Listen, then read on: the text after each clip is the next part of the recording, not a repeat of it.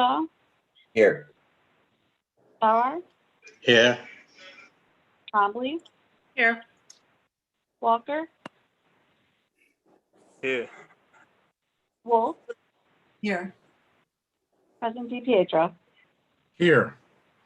quorum present. Okay.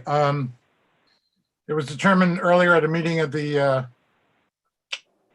Democratic Caucus that Tiffany Garriga will continue to be the majority leader. And because Rebecca Wolf is the only non-Democrat on this 11-member council, she will continue as the minority leader. What else? The rules of order. I'm not sure which order to go in, whether I should read you the rules of order first or tell you about the changes for this year. As you know, or may not know, according to Article 12 is the section of the charter that defines the roles of the Common Council and the Common Council President. Excuse me one second. Oh, and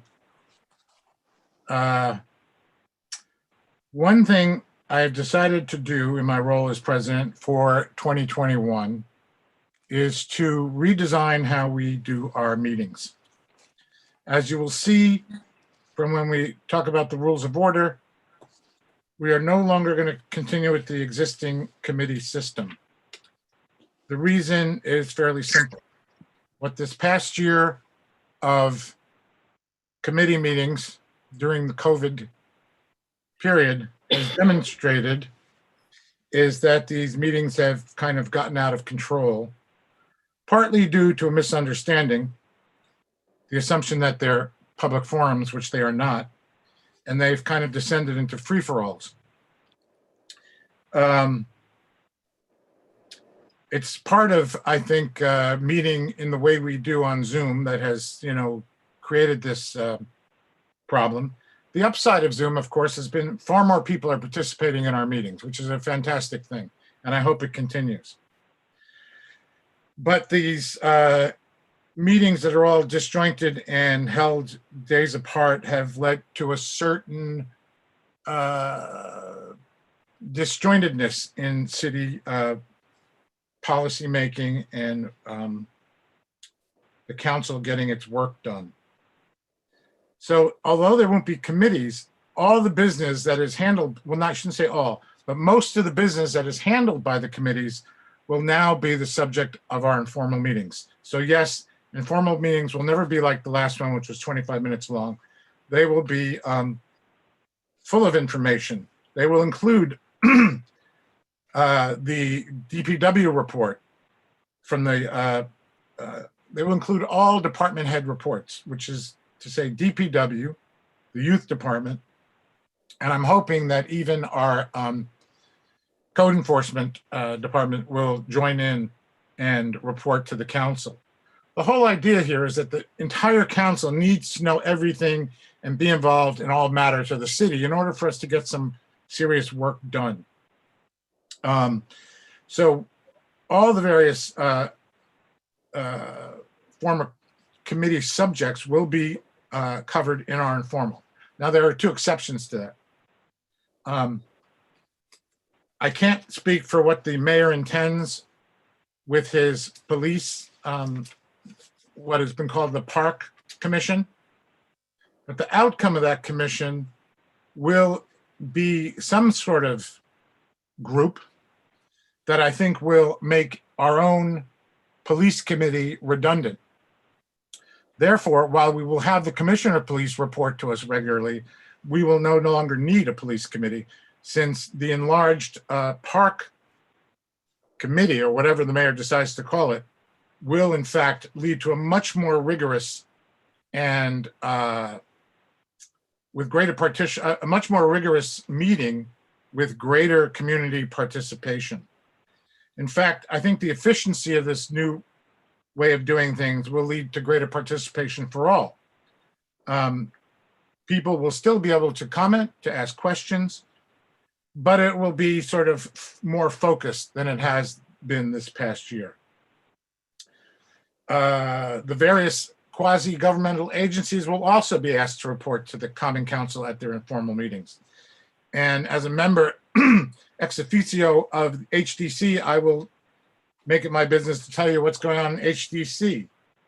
Either Tiffany or Rebecca will be able to tell you what's happening with HCDPA and IDA, on which they two both serve in their roles as majority and minority leaders. So you might wonder how resolutions will be put forth and laws will go forward. All resolutions and laws will be sort of funneled through my office. And when we need the sort of public debate and discussion of these things, we will have committees ad hoc. So let's say, as for example, in the near future, we will be discussing sidewalks, and there will be a sidewalk law on the table. I will ask council members who would like to be on that committee, if you will. And that committee will be tasked with that single objective, so that every sort of committee or subcommittee or what you'd like to call it will have a very precise task and be expected to complete those tasks. Okay, that being said, I turn to the rules of order. As you know, by charter, the regular monthly meetings of the council shall be held on the third Tuesday of each month at 7 p.m. Informal work sessions of the council this is of course the informal meeting, be on 7 p.m. on the second Monday preceding the third Tuesday of each month. Rule 2. Let me post this up, by the way, on the screen so you can follow along. 1 second now.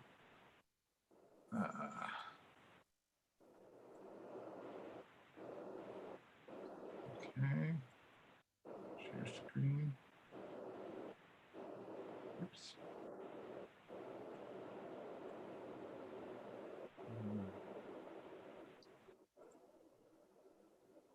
Okay, there we go. For both the informal and formal sessions, upon the appearance of a quorum, the president, or in his absence, the majority leader, shall take the chair and the members shall be called to order. Rule 3, order of business. In the formal session, we begin with the roll call. We will approve minutes from previous meetings, and the treasurer's report will now be a part of that informal meeting, which of course has been usually what takes up most of the finance committee meeting. We will then have the paying of bills, voting of laws and resolutions, old business, new business, and adjournment. The president has the discretion to change the order of the agenda, as always. Rule number 4. All resolutions and law shall be submitted in writing at the informal session for discussion before submission to the formal session. This rule may be waived by the president of the council when deemed necessary.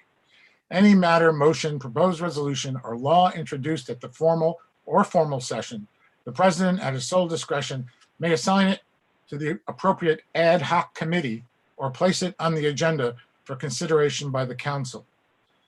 As always, a petition by 3 members of the council to the full council will be sufficient to discharge a draft law or resolution and bring it up for consideration by the council. Rule number 5. Votes of the council in all questions pertaining to appropriations, an A or nay vote shall be taken, and the same shall be a record vote. Upon a division of the council, the names of those who vote for and those who vote against the question shall be entered upon the minutes. Every member who is present when any questions are stated shall vote thereon unless recused due to a conflict of interest. Abstentions are counted as no votes. Remember that. Absences are neither aye nor nay votes. They are a simple no vote at all. Where the city charter requires the affirmative vote of a majority of the council, whether a simple majority, 2/3, or 3/4, required vote of the council is based upon the whole council. Note also that vacancies on the council do not change the requirement for either the majority required for a quorum or for adoption of any measure requiring a majority vote. simple majority, 2/3, or 3/4. Priority of business. All questions relating to the priority of business, that is, the priority of the question of one subject matter over another under the same order of business, shall be determined by the chair or the president without having been put to a vote by the council. Conduct of debate. When a question is pending, a member can condemn the nature or likely consequences of the proposed measure in strong terms, but he or she must avoid personalities. And under no circumstances can he or she attack or question the motives of another member. The measure, not the member, is the subject of debate. Rule number 8, non-members addressing the council. At the discretion of the chair, non-members, after identifying themselves and providing their place of residence, by the way, that's actually not, that's challengeable, but let's leave it in there, may address a question before the council or new business at the new business portion of the meeting. In each case, after council members have discussed the issue at hand. As with council members, non-members must first be recognized by the chair. The chair has the authority to limit the number of speakers and the time allocated to each person. Executive sessions. I'm not going to read this because this will be available on the website. It's long. If you're concerned with, we don't go into many executive sessions. If you're concerned about the rules of executive session, this outlines them in total accordance with the laws of New York State. So skipping to number 10, all bills presented to this council for payment must be delivered to the council for endorsement. Bills may be received at the informal and formal session at the discretion of the chair. For payment to be authorized, a bill must be endorsed by 2 or more council members. Rule 11, altering the rules. By a 2/3 simple vote of the council, any of these rules may be amended or rescinded. Rule 12, recesses and adjournments. The president may recess any meeting on his own motion and may set a time and date for such meeting to reconvene not more than 10 days after such recess. The council may adjourn any meeting by a simple majority of those present at any time. No recess meeting shall be reconvened beyond the council's next scheduled regular meeting, and upon calling such next scheduled regular meeting to order, the recessed meeting shall be deemed adjourned. Rule number 13, rule of order. In any matter of procedure whatsoever not covered by these rules, the council shall be governed by Robert's Rules of Order, and of course, I presume any law established by the state. Well, that's it for the new rules of order. As you see, it's really getting rid of a few things that were related to the committee system. And I guess, Tracy, we need a roll call vote. I need a motion. Oh, sorry, of course. Yes. Can I have a motion to accept the rules of order? Duan. Can I have a second, please? Eileen. Eileen, thank you, Eileen. Thank you, Duan. Now, can we, unless there's discussion, and sure, I leave that to, let me stop sharing my screen unless you need it. I guess we'll have a roll call vote. Alderman Garriga. Aye. Halloran. Aye. Lewis. Aye. Moranti. Aye. Mizan. Aye. Rosenthal. Aye. Sauer. Aye. Trombley. Aye. Walker. Aye.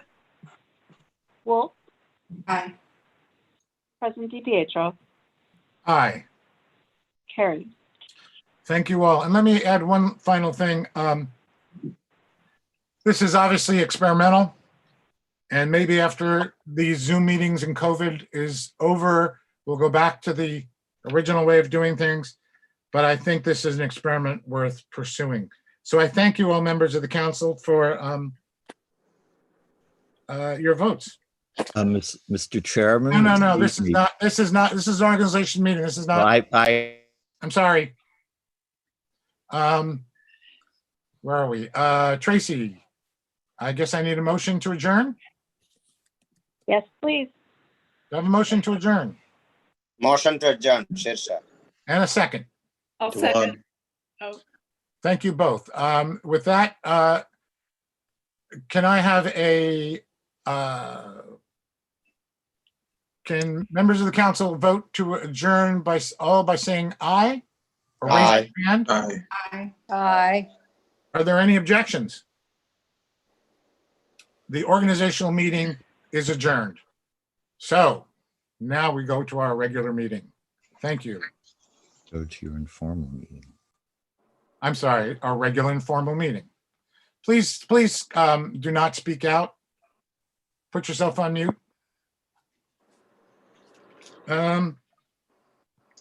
Okay. Thank you, Tracy.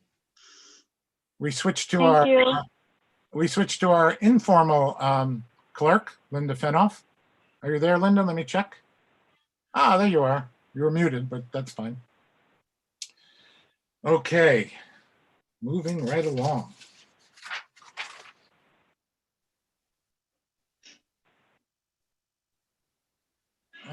Okay. Can I have a motion to open the informal meeting? Alvin, I'll make the motion. Calvin and John seconds. All in favor of opening the meeting? Well, we don't really need to, but anyway, signify by saying aye. Aye. Aye. Anyone opposed? Tom, Who is Excuse that? me. Jeff. Yeah. Thank you. I may have missed it. You need to call a roll for this meeting too. Okay. Linda, can you handle that? Or do you want me to do it? I'll do it, Okay. just to make it life easier for you. Right. I'm just trying to remember the alphabetical order.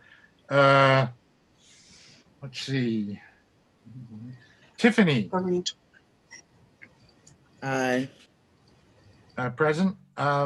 Eileen, Aye. I believe Calvin, Here. Dominic, Here. let's see. Oh yeah, Shusha, Here. John Rosenthal, Aye. Jane, Dewan, Here. Jane Trombley, Here. Malachi Walker, Here. and Rebecca Wolf. Here. Thank you all. And I'm here, obviously. Communications. There's one from Tracy Delaney. The city clerk. Oh, I'm sorry. I skipped committee reports. The committee reports from last month are on your desks, your virtual desks, or actually, I believe, your real desks in City Hall. Communication is from Tracy Delaney. The city clerk is submitting. Oh, Shaheem, can you take over the visual, please, and post the communication?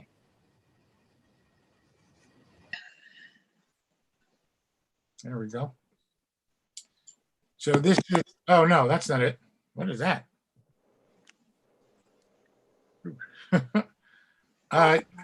You're there we go. Okay, that's it. Okay, this is pursuant to resolution number 5 of October 17th, 2017. Tracy has attached a record of annual completion of training report for members of the planning board and the zoning board. Let's move along to, before we go on with resolutions, we have a presentation. So Shaheem, will you let James Roboto, who is here somewhere, share the screen. And Arterial will be taking us through a presentation, which I just want to point out, for some reason, people thought this was as far along as the Star White House promenade proposal. This is a much earlier stage presentation that has to do with a very specific general decision that we need to make. And with that being said, James, would you like to take over? Sure, let me share my screen.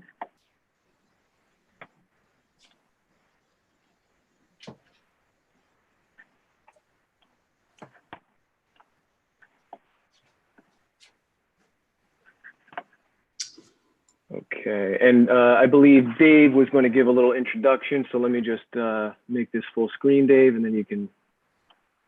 All right. All right. All right, great. Well, thank you, Tom, and thank you, Mayor, members of the council, and of course, members of the public that are joining us tonight. We're very excited to get to this next stage. This has truly been a collaborative effort over the past 7 months or so to get to this point between the public, the community, the DRI committee, and it's really been a great effort. And so we're excited to be here tonight to present this to you. So as Tom was alluding to you, this is a two-phase project. So right now we are in phase 1 and we're sort of winding down towards the end of phase 1. And phase 1 of this project is the scoping and planning phase. So while we're presenting concepts to you, those concepts are very early concepts and they're really intended more to communicate the general idea than to communicate specific materials and design. Phase 2, which will start shortly after phase 1, during that phase, we will focus more on design because that will be the design and implementation phase and construction phase. So during that phase, there will be additional meeting, additional opportunity for input.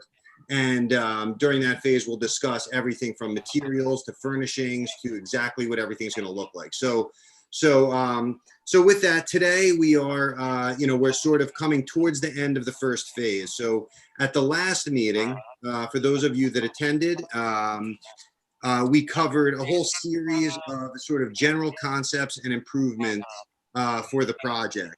And then tonight, what we're going to do is discuss how and what can be implemented as part of the DRI grant, right? So what we're doing now, working with the DRI committee currently, is looking at everything that was presented last week, the general improvements, the planning, the scope, and figuring out for the $3.5 million that are available through the DRI grant, what portions of that project can be implemented.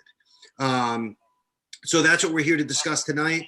This is intended to be a sort of conversation where we can just get as much feedback as possible that can help the DRI committee to sort of make a decision on where to go with the first phase of improvements for this $3.5 million. So with that, I'm going to turn it over to James, and he's going to take you through a little bit of a history, and then we will end with a discussion about two particular strategies of how we can approach the implementation of this project. So with that, I'll turn it over to James, and again, thank you for your time tonight.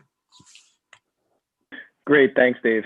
So we're just going to take a couple minutes to highlight the project goals that we presented to the council at the last meeting, just as a refresher for everyone. We want to again emphasize that although the plans touched on some specific design elements, the focus at this point is on the planning and scope of the improvements. So again, as Dave mentioned, as the project moves into the next phase, that is when the particulars of the design will be vetted and discussed further, where there'll be opportunity for additional input. And to that point, we have received input from various groups already, which is great and will be taken into consideration in the next phase as the design is conceptualized and progressed into construction documents. So we mentioned setting forth 3 goals for the connectivity plan that addressed the key findings from the outreach and analysis that was done as part of the project. And again, these goals are not listed in order of priority, but to best serve the presentation. So the first being to celebrate the historic integrity of Hudson. The second was to make streets safe and accessible for all. And the third was to reconnect the waterfront. So quickly, just moving through as a refresher, the streetscape really should provide a ground plane that supports the historic fabric that currently exists and does not detract from it. So the materials themselves should be authentic and reflect that history. And that is the first goal in celebrating the historic integrity of Hudson, really supporting what already exists. Goal 2 was to make streets safe and accessible for all. And the idea here was that we would be ensuring that both the streets and intersections are safe and accessible. And that's a priority for enhancing the connectivity within the entire district, which currently does not have one ADA compliant intersection. So separate from this project, the city has conducted an accessibility compliance review for defined areas within the city, of which the following locations fall within this district and would be addressed in this plan. So that's Henry Hudson Riverfront Park to the Ferry Street Bridge, Front Street, and portions of Warren Street that are within this district. So those are within that ADA compliance report and will be addressed in our plan. This also included the layering in of a bicycle network within the district that can be extended citywide, as well as pairing with the Empire Bike Trail, which is regional. The city currently has approved plans for a TEP grant that includes pavement, bollards, and a guide rail for the Dugway, and pavement striping, pavement symbols, and bike signage for Mill Street, Dock Street, and Front Street. So the connectivity plan will coordinate appropriately with these plans. Now, as again, a refresher of not exactly what these treatments will look like, but a vision for what these treatments can look like. This again was the standard intersection improvement that would occur within the district and then could be expanded citywide. And I'm going to go through these fairly quickly, just as a recap. We looked at a shared use path on State Street from 2nd Street to Front Street. Again, as a reminder, this was on the side of the street where the demonstration project took place, demonstrating what it would be like to have a sidewalk, a space for pedestrians on that side where it currently does not exist. We looked at a typical commercial intersection treatment, and these would occur along Warren Street. And again, just moving through these, that's an aerial perspective. And this next shot is more of an eye level perspective of what those improvements could look like. Again, these things include plantings, trees, pavement, signage, striping, that kind of thing. And then lastly, the third goal was to reconnect the waterfront, featuring Front Street as a waterfront promenade, connecting the city to the various parks and amenities located along the Hudson River. And this goal really envisions Front Street as a destination and amenity for the whole city to experience and enjoy. So again, just moving through some of the images that we showed of the vision for what this could look like. And this is an aerial perspective of the Front and Warren Street intersection, showing the raised intersection, corner bump outs with additional street trees and plantings, a separated promenade for pedestrians and bicyclists along the west side of the street, the connection to Promenade Hill Park, which is important as those improvements are taking place. And then just dropping in again for an eye level perspective. And this is looking south along the promenade towards Warren Street, where you can see the shared use path and the sidewalk for pedestrians and bicyclists. You can see the raised intersection, the various furnishings and that kind of thing. And again, this is a vision for what Front Street could look like and how it can strengthen the improvements being made at Promenade Hill Park and obviously be cohesive with them. And that's, again, we mentioned at the last meeting that we are coordinating these improvements with what Star White House is doing at the park. So all of these goals come together and create the basis for the connectivity plan which really creates a more connected district. It's about the streets and the intersections. It's about connecting these to the various amenities and park spaces and things that already exist in Hudson and really can be replicated citywide, really setting a standard, a design standard to follow for future improvements. So the culmination of this will be a design guideline that will be submitted to the city that can be used for future improvements, to guide future improvements within the district and beyond. Now, the most important objective for the evening, as Dave mentioned, is really prioritizing these improvements. As he mentioned, we have $3.5 million, and we want to make sure that we are prioritizing where that money should be spent within the district. So I want to put on the screen a couple key considerations as we look into some strategies that we've worked on with the DRI committee to present this evening to everyone for discussion. So the first is, again, $3.5 million is what's available for improvements within the Bridge District. Part of that $3.5 million has already been allocated or set aside for improvements, and that is the cross street staircase.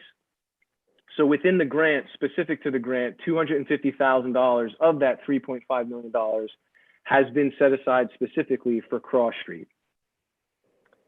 Another key consideration is ADA accessibility, making sure that a priority is given to address the concerns that exist along intersections and sidewalks, especially along the routes that include city parks and services.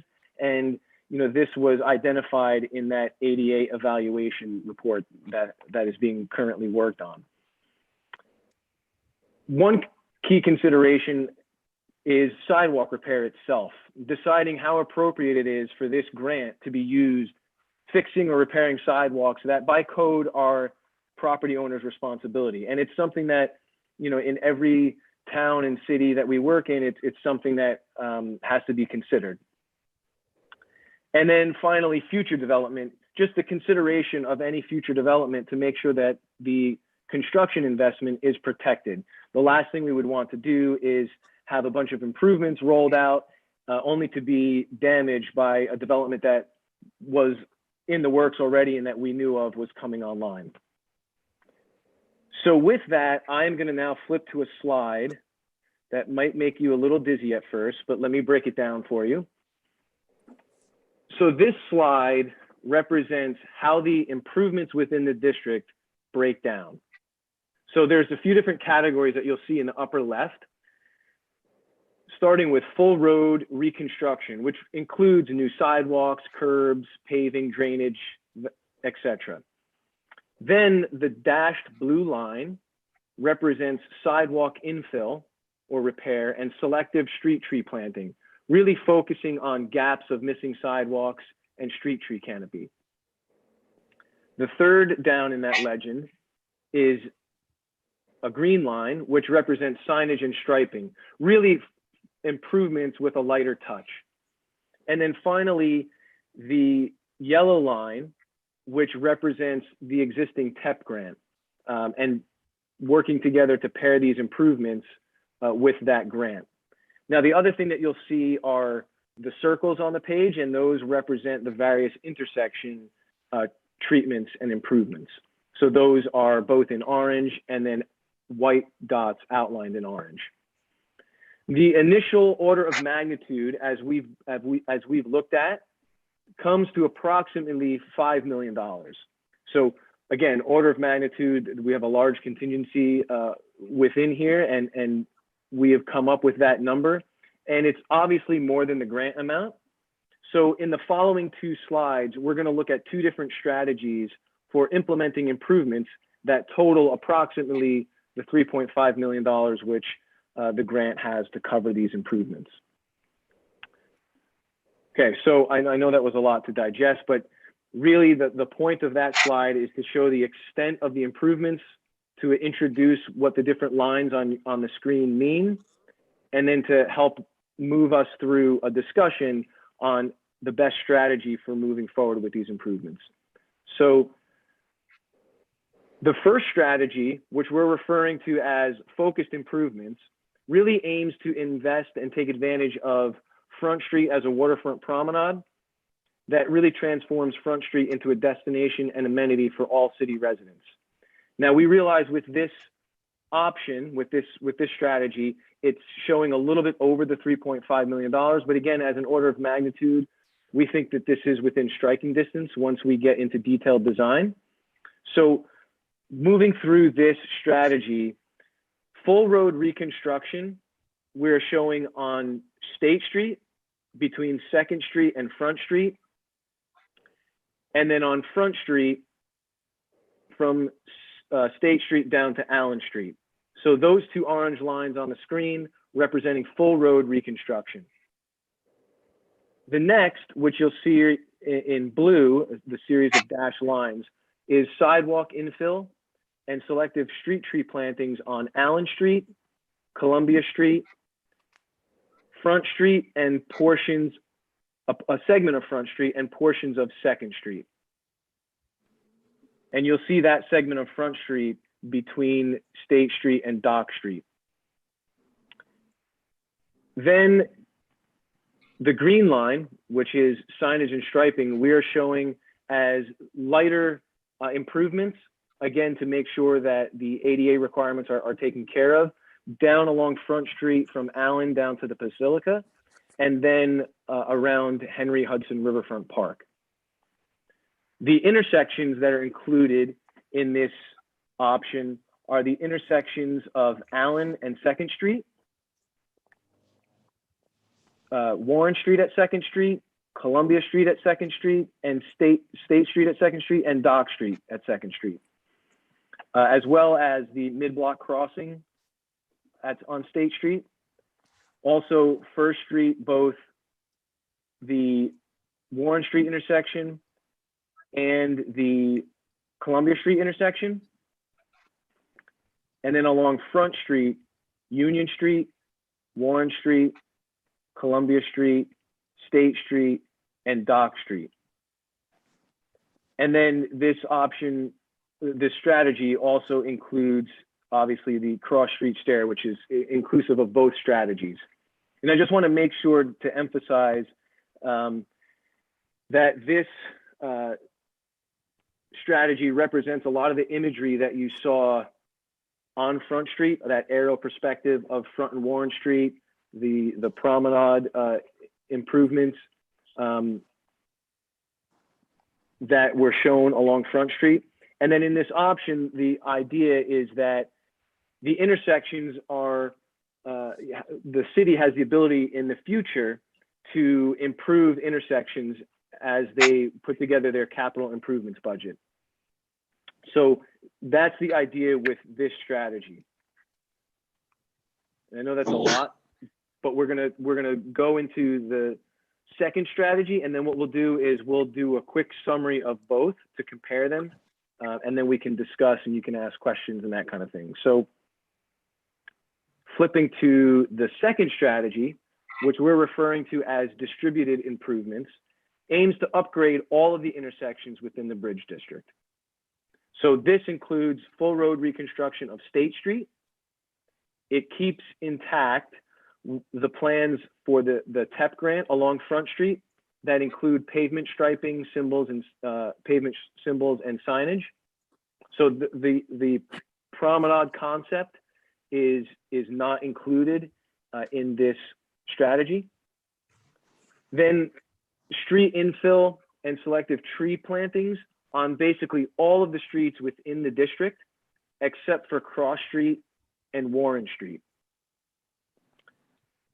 As I mentioned, the aim of this strategy is that all of the intersections within this district are also upgraded. Now that it does not include the Ferry Street intersection, and the reason for that is the current reconstruction project of that.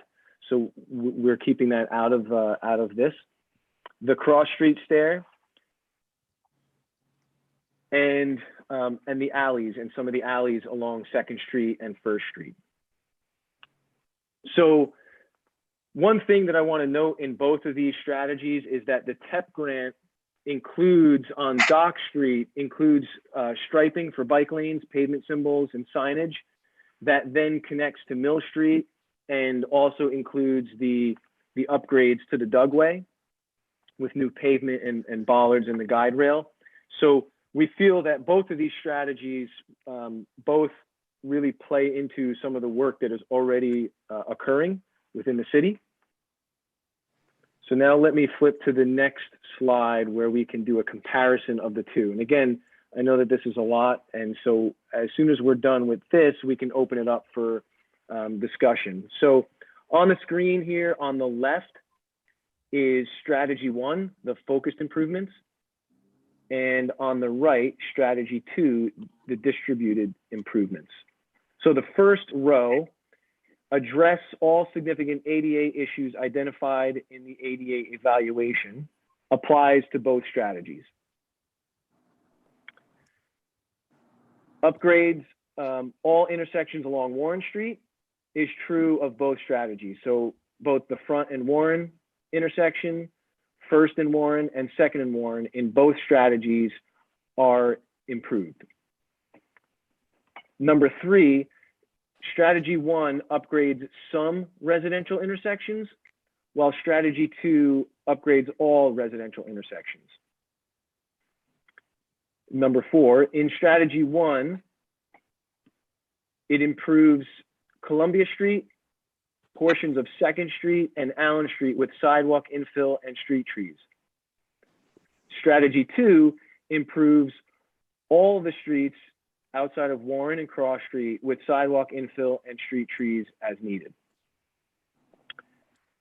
Number 5, strategy 1 upgrades all of State Street with a shared use path that connects to Front Street, and that is true also of strategy 2. And then here's where some of the differences will come into play between the two strategies. Strategy 1, number 6, upgrades Front Street with a promenade to reconnect the city to the waterfront, while in strategy 2, Front Street stays largely as is with new roadway striping and signage.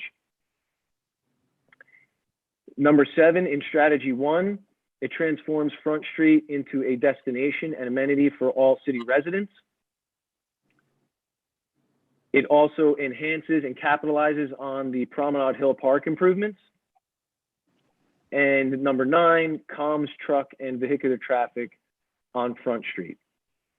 So as a comparison, this is really a summary of the two different strategies. Now, again, like I mentioned, I know that was a lot, but I think at this point, we're happy to open it up to any questions, any discussion that you would like to have. Both Dave and I are happy to field answers and discussion, because this is really going to help us understand where you're coming from and how we should move forward with the improvements. Okay, let us, James, Dave, we're going to start with council questions and then we'll open it up to the public. And Rebecca Wolf has her hand up. Rebecca? Oh, thanks. One question is, can you just clarify what you mean about the calming of the traffic? Like, how would that strategy calm the traffic on Front Street? You want me to get that, James, or? Sure, go ahead. I was just making sure I could get to anywhere in the presentation if somebody wants me to go to a specific slide. Okay. So at the last presentation, we showed the street section of Front Street, sort of the curb to curb width and how that would be used. So in order to accommodate the promenade, right now the lane widths on Front Street are very wide. And there's no striping, there's no defined lanes, etc. So basically what the proposed condition would be right-sized lanes, right? So I think it was, James, you have to remind me the dimensions, but basically reducing the width of the lanes slightly to allow that width to be used to create the multi-use path.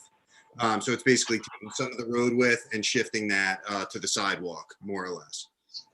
Oh, there it is. Perfect, James. Right, so what you see on your screen there, that is the proposed cross section. So it'd be 8-foot parking, 2 11-foot lanes. And then the width that we took out of the road goes into that 16-foot promenade.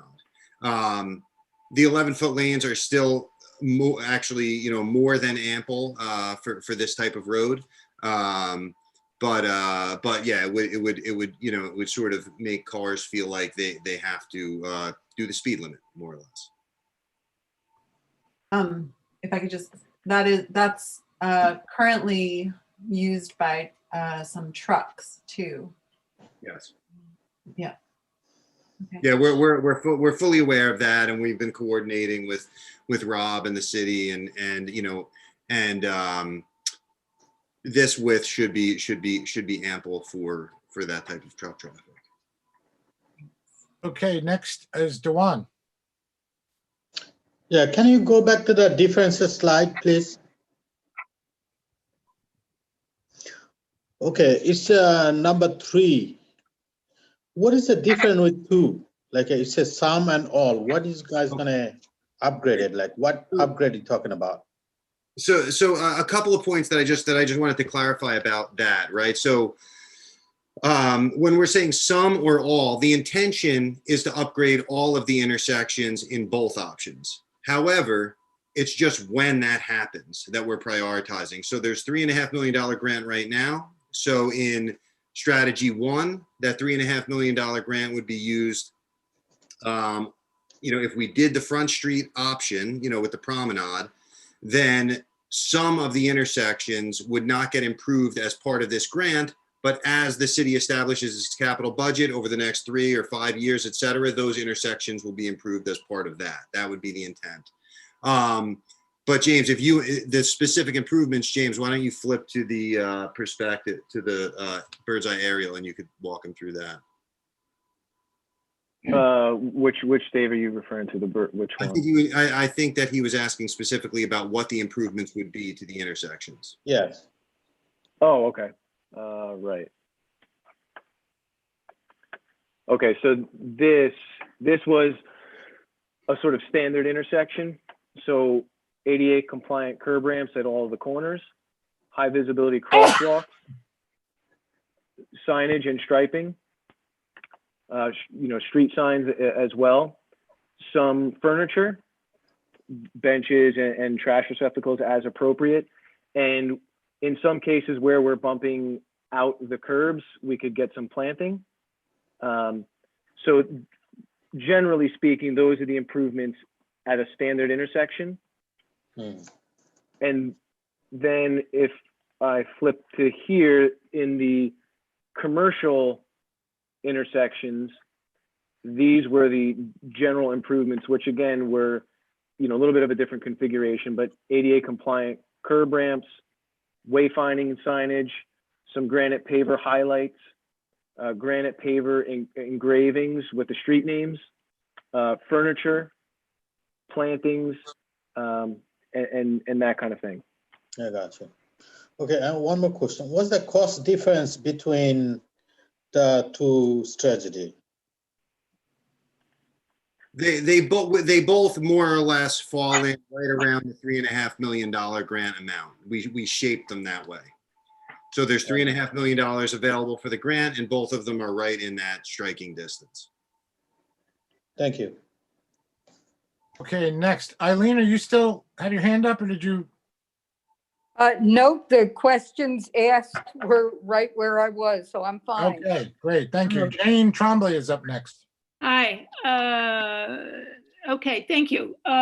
2 questions. I believe I recall in the original proposal that on what is now the focus plan, option 1, parking on both sides, curbside parking is retained. Do I have that correct?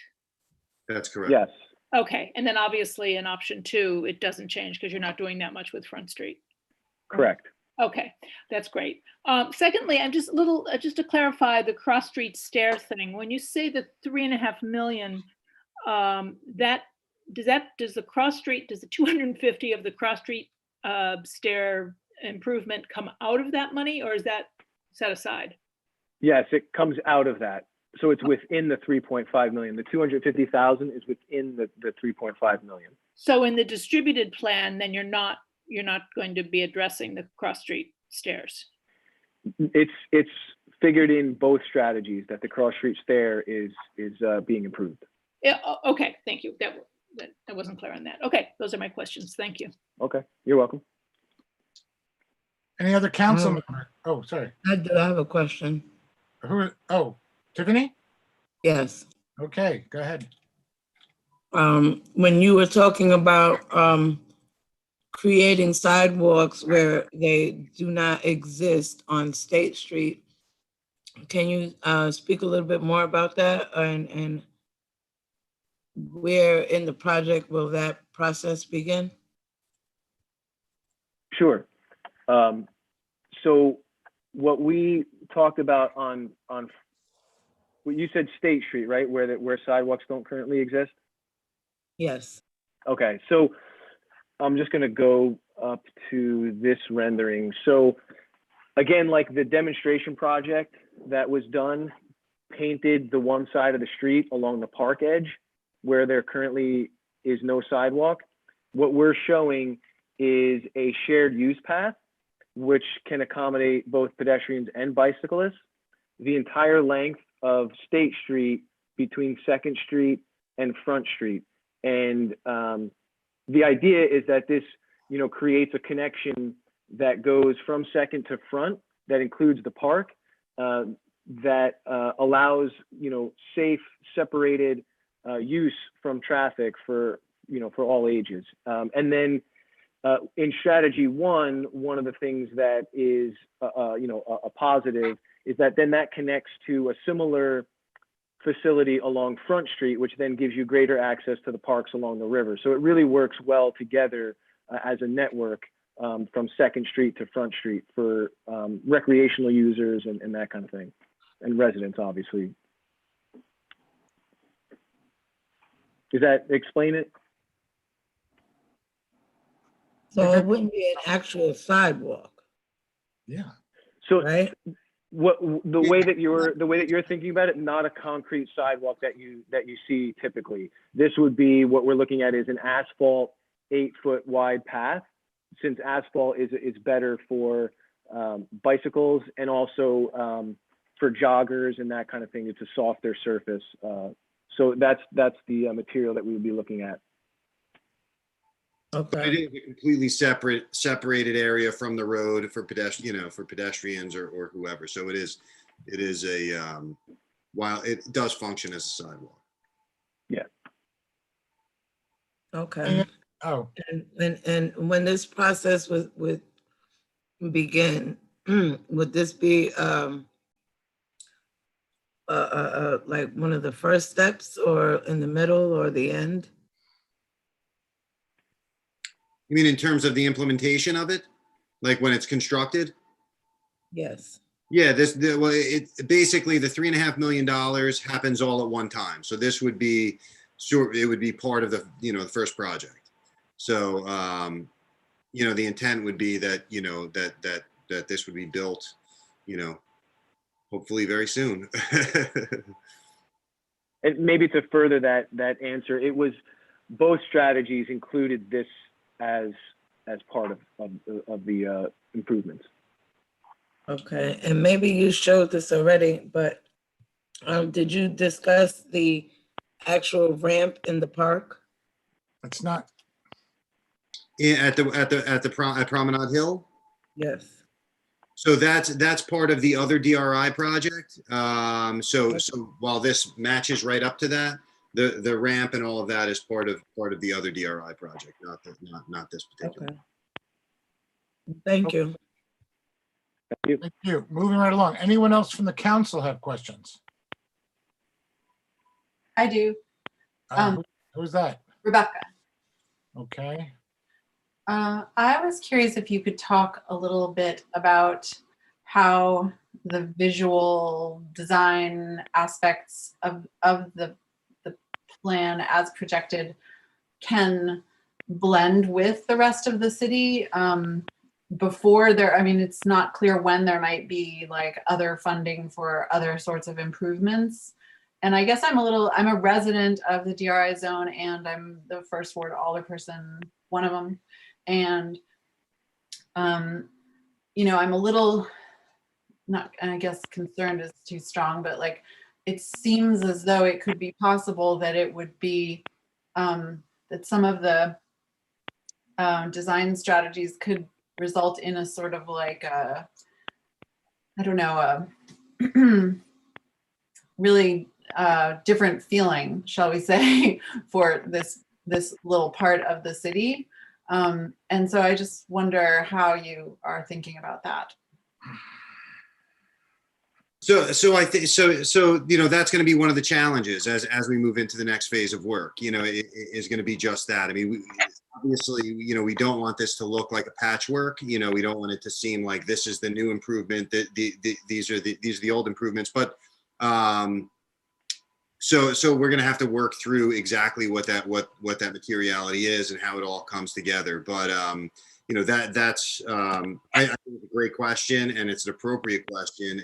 But you know, at this point, we don't have a great answer for you, except that it is something that we're looking at very closely, and that you know, the intent is that that this is contextually appropriate, you know, and particularly because we're going to be improving, you know, in particular intersections and not entire blocks. So we have to be very cognizant of that. So, as we move into the next phase of work, you know, and we flesh out the materials and things like that, we will, we'll work through all of that.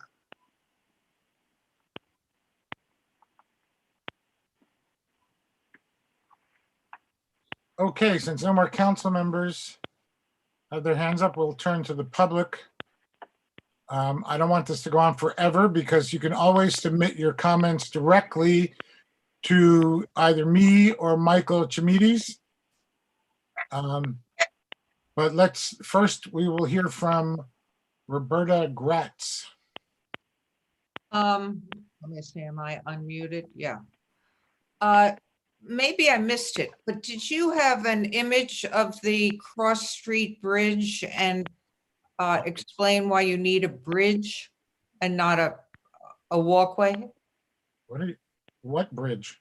What? You mentioned a Cross Street Bridge. I don't know what that is. I think you mean the cross street stair. Okay, so is there an image of the stair?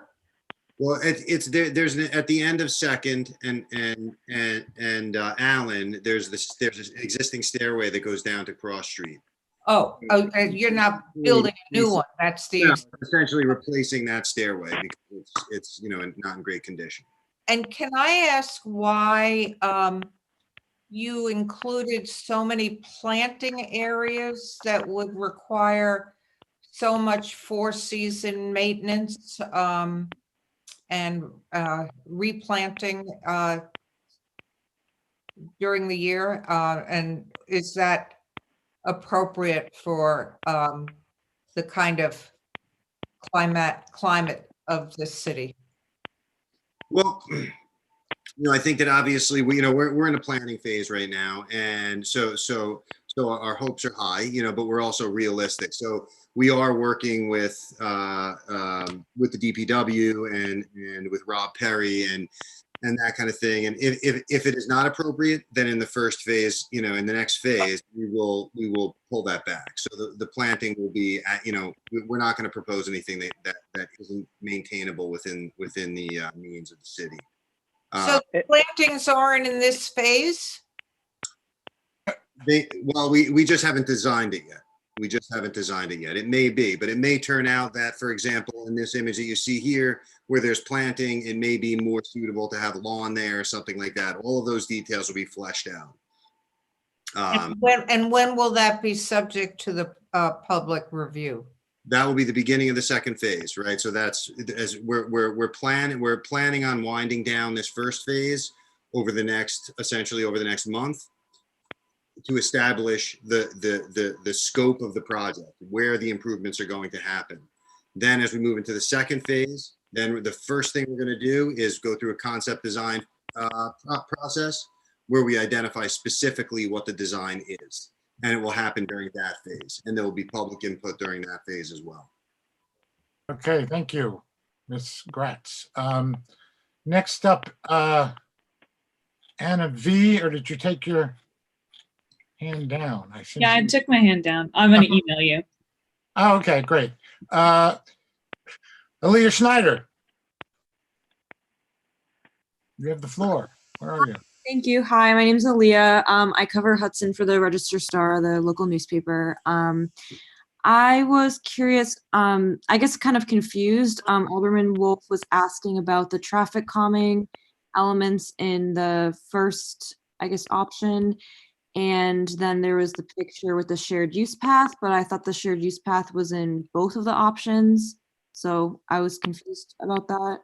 No, the shared use path on Front Street, the promenade, is not in both strategies, right?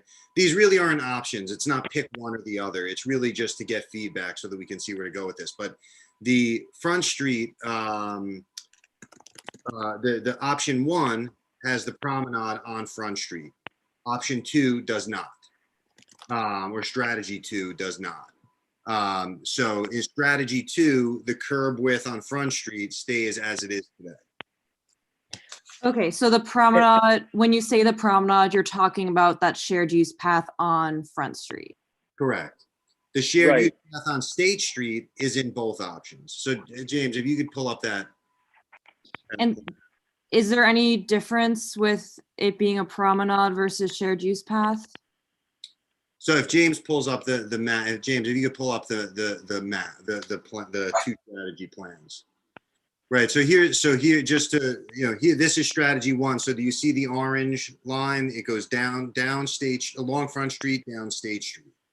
Right, that's where the multi-use path is in plan 1. In strategy 2, you can see that it's only on State Street. It is not on Front Street. So it's because that's kind of that's kind of one of the decisions that needs to be made. If the investment will be made to put this on State Street, to put this multi-use path and promenade on State Street, or if it, or You mean Front Street, Dave? You mean What? Front Street? You mean Front Street? Okay, I'm sorry. To put it on State Street or not to confuse things further there. No, you just confused it again. To put it on Front Street or not? Oh, put it on Front Street or not, sorry. Okay, next up is Ron Kupnicki. Just keep it short. We got a long meeting to go. Yes. Okay. My question has to do with the first part of the presentation at the last meeting by Arterial. There was a question by Ms. Schneider near the end of the discussion about whether Arterial would be having discussions with the Common Council. And a representative of Arterial then referred to, quote, the steering committee that we're working with, which is Tom, which is led by Tom and Michael Schmiedes. What is this steering committee? Is this the DRI committee? Yes, Tom, I guess you can clarify what the committee is, right? Yeah, it's just to arrange presentations like this. But it's not the DRI committee. No, it's not the DRI committee. Okay. Can I ask a question about the DRI committee? Not now, since Well, it ties into this project because the DRI committee is involved with this project, is it not? Well, ask your question. I don't know. Okay, the last meeting on December 2nd of the DRI committee was made accessible to the public by telephone. My question is, when will the next meeting be, if you know? Will it also be available by telephone?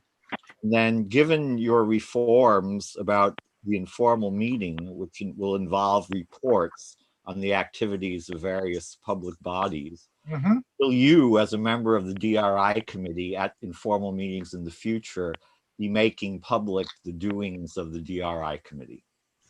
Well, as you said, the last meeting was public. And yes, I would like to report on it unless another member of the DRI committee volunteers to do it. So yes, there's your answer. Thanks.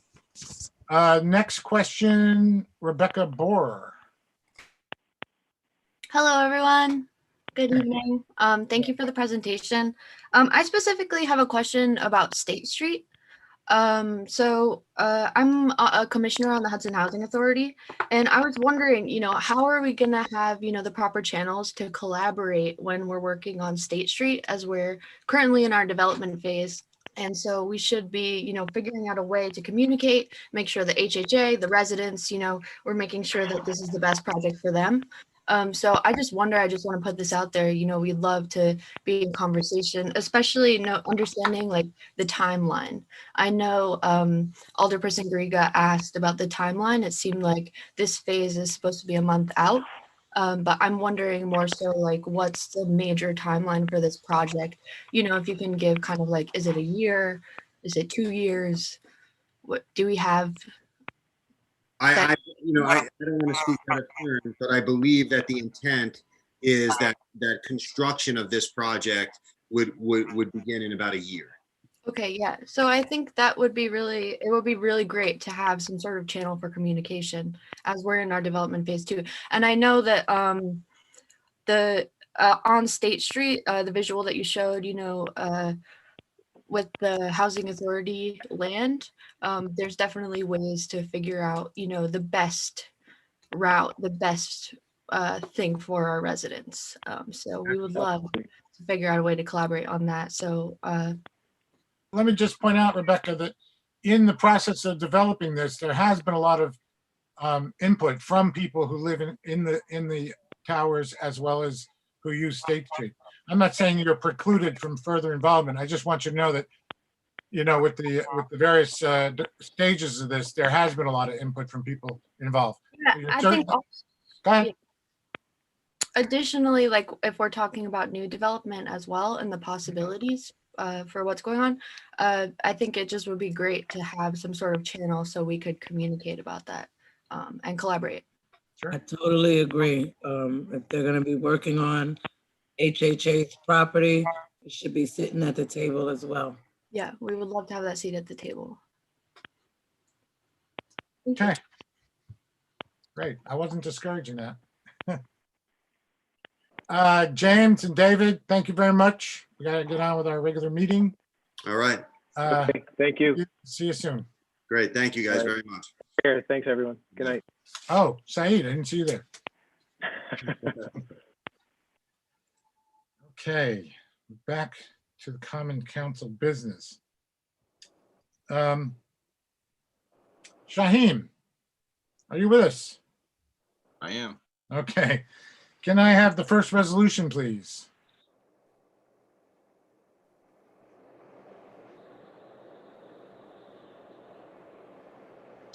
Okay, this is appointing commissioners of deeds.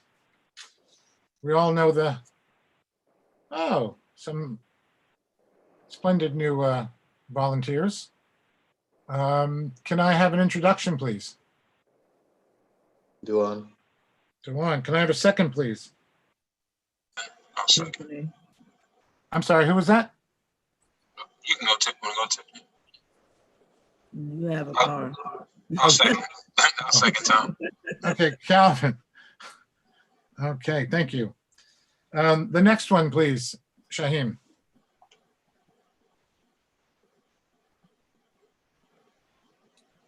This is a resolution to accept donations on the behalf of the Hudson Fire Department. $200 from, I'm sorry.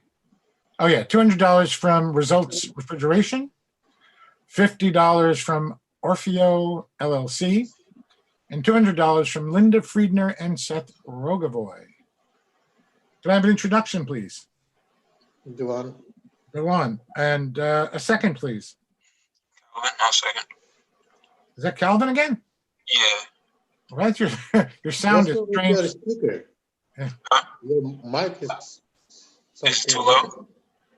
Okay, the next resolution, please, Shaheem.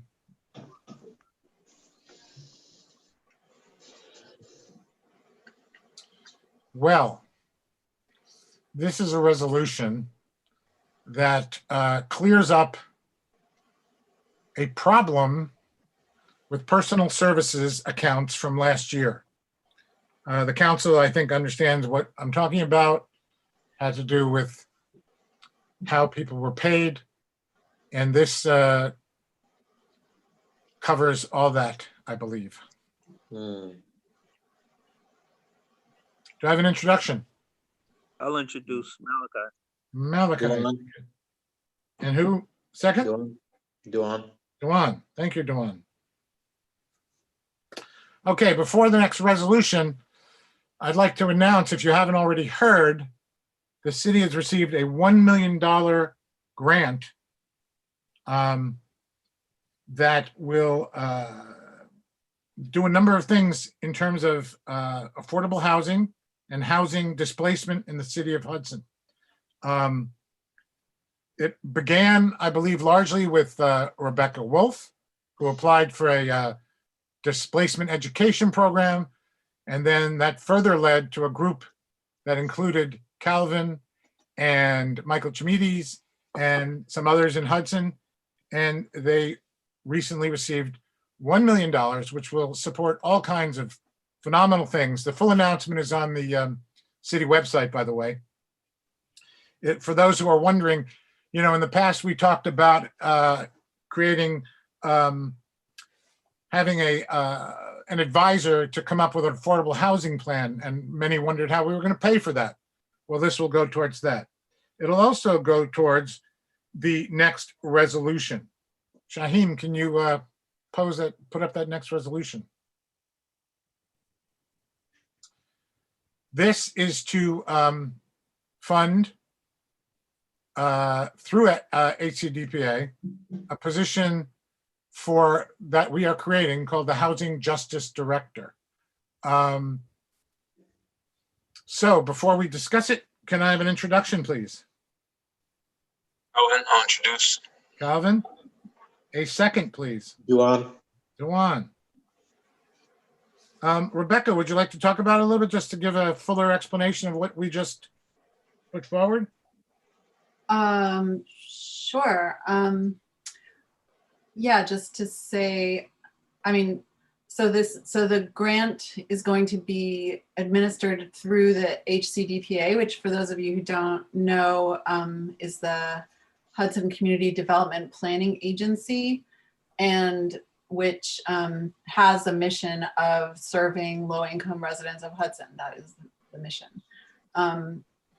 So HCDPA is going to be administering those funds,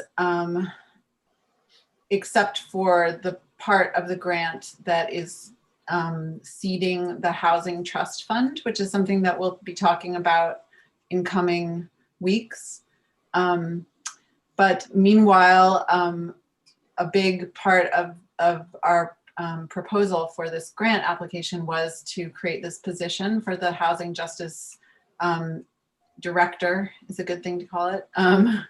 And so, yeah, this is, you know, one of the, throughout the learning process, we were working with 9 other cities in the state. And, you know, one of the most glaring differences was that Hudson has not really had a person who is professionally responsible for planning and coordinating the efforts towards like maintaining housing for residents. So that's what this is about. Thank you, Rebecca, and congratulations to all who were involved with this. This is really pretty amazing. Yeah. And oh, sorry, go ahead. oh, just we'll be talking about it more in incoming meetings. So yes, that's part of, I meant to mention that in our organizational meeting. I hope you will, in fact, you know, since there's no technically a housing committee anymore, you and Tiffany will be reporting to us about housing issues at the informal meeting, and you as representative of this group in particular. So thank you. I mean, another, you know, it's going to make, this grant funding is going to make possible a lot of different efforts that are necessary to really kind of build in the infrastructure that the city hasn't had for maintaining housing for residents. And so I thought if one of the, you know, there'll be funding for studies, for Even high- loans, right? What?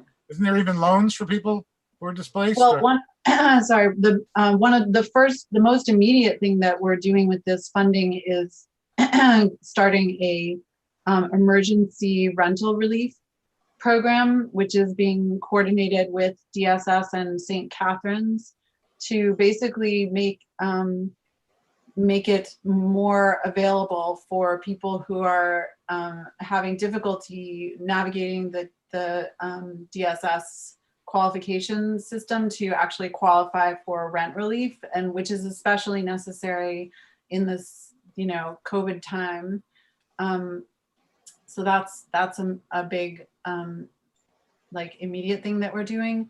But so I also wanted to one of the things that we're going to be working on in the next month or so is something that John Rosenthal, if he's still able to speak on it was going to say a little bit about.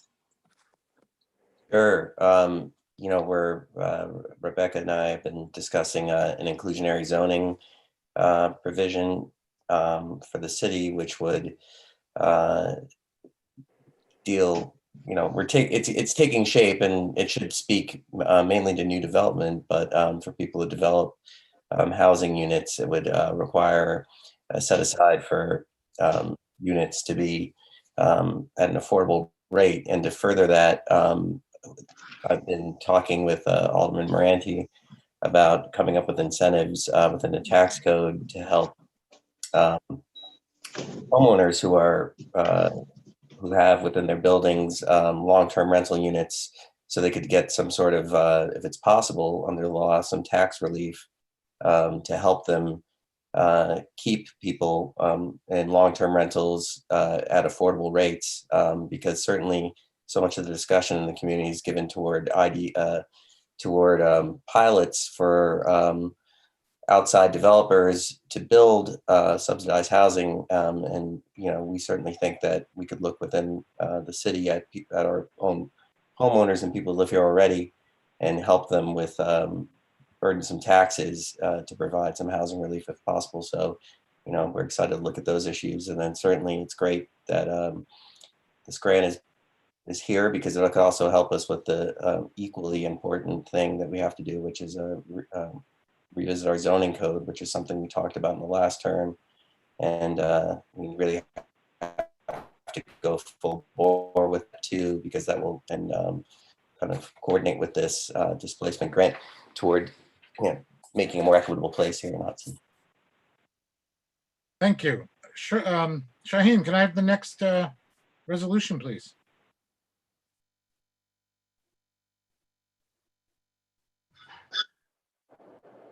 This resolution comes by way of the assessor, and it's just to authorize property tax exemptions for the disabled and senior citizens. I believe, yes. And limited income disability. So we've done this in the past. This is just to keep us on track and to let these people be notified so that they can apply. Do I have an introduction? I'll introduce. Malachi. A second, please. Calvin, I'll second. Calvin, thank you. The next resolution, please. Shaheen.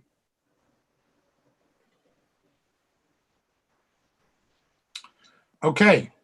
This is authorizing the mayor to enter into contract with Muni Revs to provide short-term rental services to the city of Hudson. Now, Rebecca can speak more to this, but here's the thing.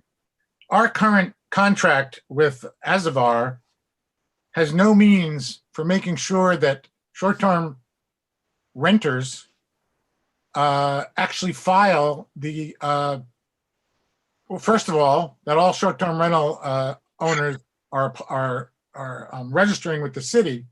And then secondly, whether they actually file an accurate report of how many nights someone has stayed in their short-term rental. This annual fee may seem steep, but I think it'll demonstrate and return far more than it costs. What else? Just to say, yeah, I mean, this company is its whole purpose in life is to basically detect, renters who are not properly registered with the lodging tax, so they're not paying that tax, or they are not reporting fully the sales that they have, and so therefore they're not paying enough sales tax. So basically that they have proprietary software that is designed to scrub the listing sites and provide the city with like really accurate data about how much the city, what revenue the city actually should be able to collect. And then it's the city's job still to collect that, to do what's necessary to collect it. And that will be something that the treasurer's office will be responsible for. So We could say it in short, this is the enforcement mechanism that everyone's been asking about that we're going to apply to the short-term rental law. So directly, that's what's happening. that's correct. And if you're wondering, a committee, we did look at multiple contractors for this project and selected Muni Revs as the most, as the best. That's right. With that, can I have an introduction? Calvin, I'll introduce. Calvin, and a second. Who's that? Dewan, thank you. Okay, there's another resolution. Unfortunately, it's not on the list that Shaheem has, so I'm gonna post it. Let's see. I think it was my fault for not getting it to Tracy on time. Should be up in a second. Ugh.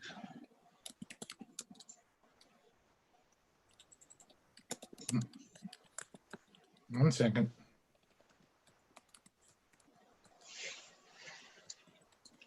Where is it?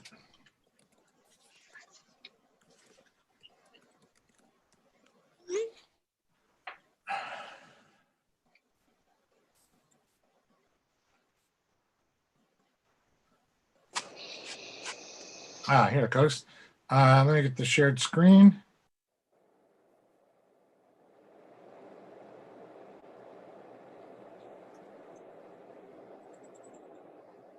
Okay, does everybody see that? This resolution is, unfortunately, it's not fully in the proper format, but it's more important that you know it's here for next week when we vote on it. And Jeff, is there a problem introducing it in this format? Jeff, are you there? Yeah, I'm here, just trying to find my unmute button. Oh. I haven't read it before, but generally, no. I mean, you just write it in on whose it's introduced and seconded by. We'll add the signature lines and stuff later. Yeah, I meant to send this to you, Jeff, to clean up and everything, but we'll do that. But I think the general form is fine. You're laying out what's important. So. Right. So this is just that in the future, if and when the change in speed limit occurs, that the police will report on that, the arrest data related to that new speed limit, so that it doesn't become a case of selective enforcement. Can I have an introduction?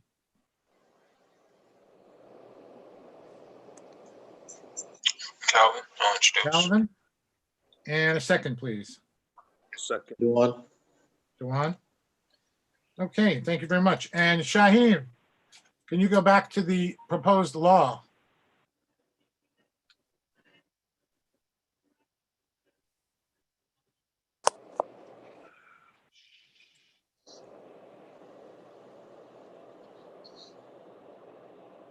Okay. This law comes from the mayor's office along with the city attorney, and it has to do with providing for additional paid sick leave during COVID-19. So I guess that is just being laid on our debt. Can you scroll down, please, Shaheem?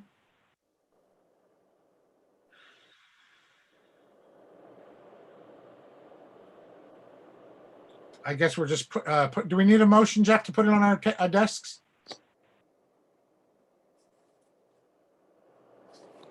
Sorry. Yeah, you should. Okay. So we're just gonna be putting it on our desk so you can, read it at your leisure because it has a long way to, not a long way, but it has a way to go. Can I have an introduction, please? Calvin, I'll introduce. Calvin, what a surprise. A second. Why not? That's Go cool. on. Okay, thank you, gentlemen.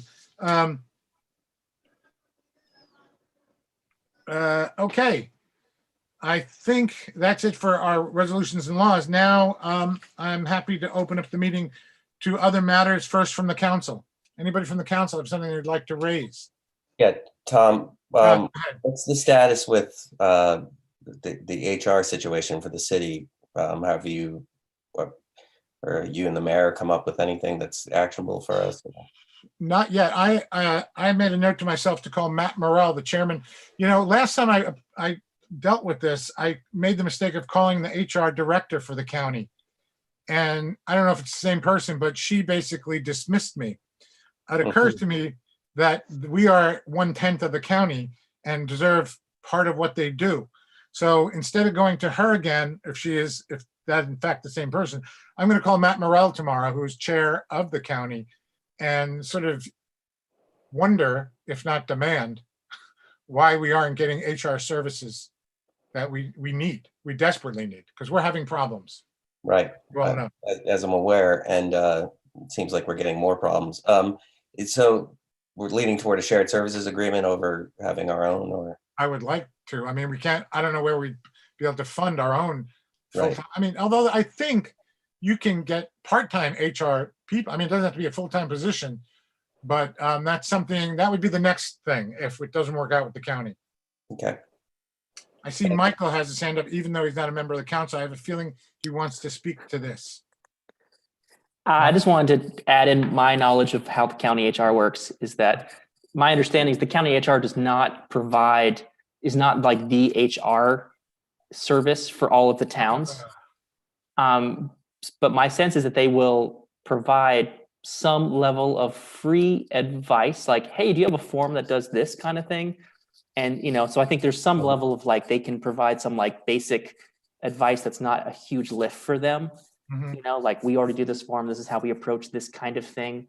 And that they also would provide shared services in the same way that the IT department would, where we could, we would pay them on or create a contract on some sort of hourly basis to provide some level of service. That's my understanding, that they would also do some for hire work, but they don't want to be in a position where they're not a decider. Like they're not going to come in and be our HR person, but if we want, we could like hire them to help us come up with a policy where the city is the driver, but they're helping put into action what we wanted.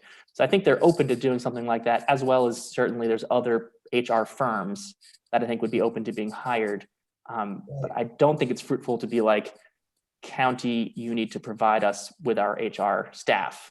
Right. So there might be some distinction between, can you help us out versus like, because they don't provide HR, to my knowledge, they don't provide like, they're not the HR department for the towns. I mean, given the amount of employees we have, it's probably leaning toward that we need a proper position here in the city rather than going toward a shared services. But I guess this is an evolving conversation. So. Yep. Hey, if we have to have it, we need it. I mean, what we could do is by the next meeting, we can develop one of the new task force to explore and solicit recommendations from 3 firms. Right. And pick one, and we'll just have to, pay for it. Right. Any other council members have any concerns they'd like to raise tonight? Okay, let's go to the public. I don't see any hands. Oh, Ron Kupnicki. Hi, my question has to do with something that came up at the organizational meeting, if I may ask the question. Sure. The last time, a year ago, at that organizational meeting on January 13th, 2020, there was some confusion and controversy about the selection of the minority leader. And as a result of that, in the aftermath, the rules were adopted, the rules of order were adopted under which you operated this time, which tied eligibility for the offices of majority and minority leader to party registration, and specifically excluded anyone who's not an enrolled member of a political party.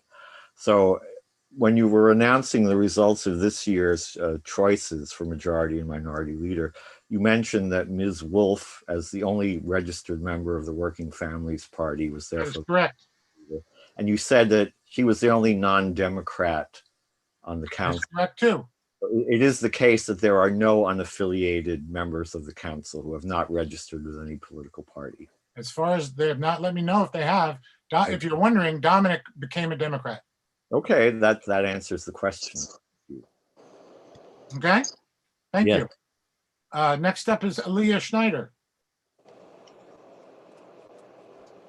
Hello, I was wondering if the Housing Justice Director position encompasses the ideas for the Fair Housing Officer, if that's something separate, and also when you think you might be looking to hire someone and if the city has someone in mind. I guess Rebecca, well, there's a reason it's not called the, I can tell you, I can address part of that. It's not called the Fair Housing Officer because the county has a Fair Housing Officer. And we don't want to make it seem like this somehow is impinging on his job. However, Rebecca, can you explain? So no, the position of the city fair housing officer will not be the responsibility of the housing justice director. The director will, I mean, like right. So no, they're two separate separate positions. And in terms of the hiring, we're going to be proceeding with a search like as quickly as possible. I don't know if, but nobody is imminently being hired. Next is John Kane. Thank you, Tom. And actually my question is for Rebecca as well. Rebecca, in the proposal to hire this vendor who will link up with all of the hosting sites for short-term rentals, is that vendor, are they scrubbing the sites and determining like how many days someone is booked and what the average price is? Or are they actually looking at the revenue that is coming to the host through that site?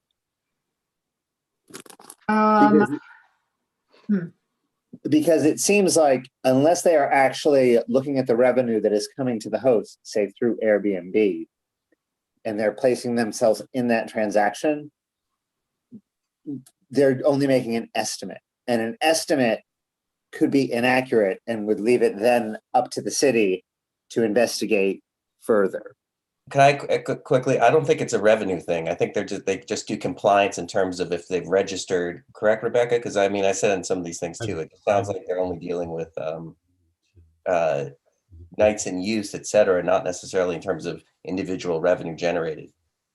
You know, my impression is that it does, which is more than just an impression. I mean, although we had this hiring process has taken so long that the demos from the companies that we sat through are faded in memory. But John, I'll determine the exact process and get back to you and the entire council. Thank you, because I mean, it just seems like if it's coming in, if all they're doing is providing a report to the city that there may be discrepancies, the next step to get that money back would be up to the city, and it's not clear how they would do that. Mm-hmm. Yeah, there's a whole enforcement process that we haven't. There's a whole process that they facilitate that the city can do. I'm gonna. Sorry. I'll get like the details on that and report next time. Let me say that much like the lodging law itself, it's more important to get this in place and we will work out the details. But as you may know, when the lodging tax was approved, there was very little to tell us how to enact it, how to deal with it, how to proceed. Anyway, any other comments from the public? You know what, can I just say one more thing? You I certainly can can. probably get the company to actually do a real quick demo for our meeting. Great. That's probably what I should do. And Tom, in that case, would you Yeah, agree to very allow the good. public to ask questions after that demo before you vote? I'm sorry, what? I mean, if there's a demonstration that's being made because all the questions aren't answered, it seems fair that if the public has questions after that demonstration, they should be allowed to ask them before the council takes a vote. Actually, the contract's online, so you can read it. I understand, but I wasn't asking about the contract. I was asking about questions that might occur after the demonstration, which the public does not have now. Okay, well, we'll see. I mean, it seems like the public could ask those questions and have them answered, and then we can vote. Yeah. Well, I mean, if the public doesn't have those questions answered yet, We'll figure it out and then. Yeah. Thank you. Okay, I guess I will call for a motion to adjourn. Motion. Calvin, what a surprise. Second, Duan, I think Tiffany beat you. she did. She did that because, oh, and let me remind you before we take the final A, because she knows for that one, you don't have to go into City Hall tomorrow.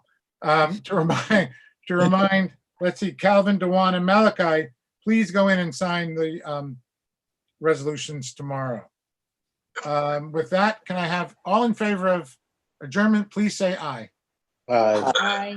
Is there anyone opposed on the council? In that case, we are done, and I thank you all. And once again, Rebecca et al., great job, $1 million. Can't beat that. Good night, folks. Good night. No. Go Ohio State.